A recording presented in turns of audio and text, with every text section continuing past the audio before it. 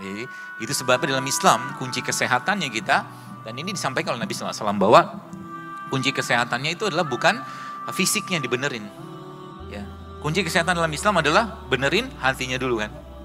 Semua penyakit fisik awal muasalnya, kalau saya punya konsep ya, terserah mungkin yang beda nggak apa-apa. Semua penyakit fisik kita bermula dari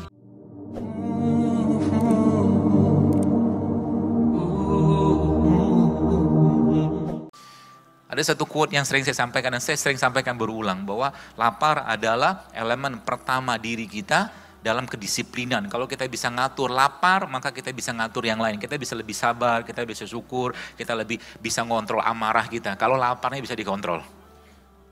Jadi, itu sebabnya dalam Islam kunci kesehatannya kita, dan ini disampaikan oleh Nabi SAW bahwa kunci kesehatannya itu adalah bukan fisiknya dibenerin.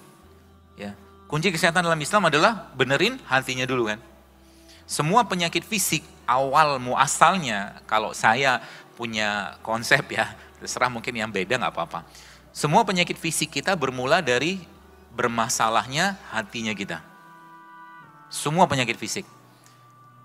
Apa buktinya? Apa contohnya? Contohnya ya, cobalah tanya kepada orang-orang yang kena kolesterol, mungkin darah tinggi, kencing manis. Seringkah mereka berpuasa? Sering nggak kira-kira? Jarang. Kalau orang yang menerapkan pola hidup sehatnya Nabi, nggak mungkin kena penyakit degeneratif. Itu sebabnya Nabi kita alaihissalam, Rasulullah tuh kalau kita baca dalam kitab Syama'il Muhammadiyah, Rasulullah tuh kan ketika beliau meninggal, ubannya cuma 3 loh. Uban 3 itu tanda bahwa oksidasi dalam tubuh beliau tuh minimal sekali. Karena beliau juga jarang makan, banyakkan puasanya. Ya. Tanya Aisyah ada makanan? Nggak ada. Aisyah radhiyallahu bertanya, ada makan nggak ada? Akhirnya apa yang beliau kerjakan? Ya puasa, kalau gitu aku berpuasa hari ini. Seperti itu. Jadi kalau seandainya kita mengikuti pola Nabi itu Bapak sekalian, banyak sekali penyakit-penyakit yang zaman sekarang ini bisa kita kendalikan dan bahkan kita bisa obati.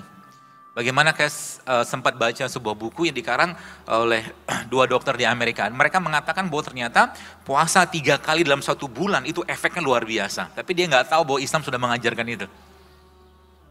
Luar biasa. Dia katakan puasa 2 kali seminggu itu bisa meningkatkan atau menstimulus gen anti penuaan.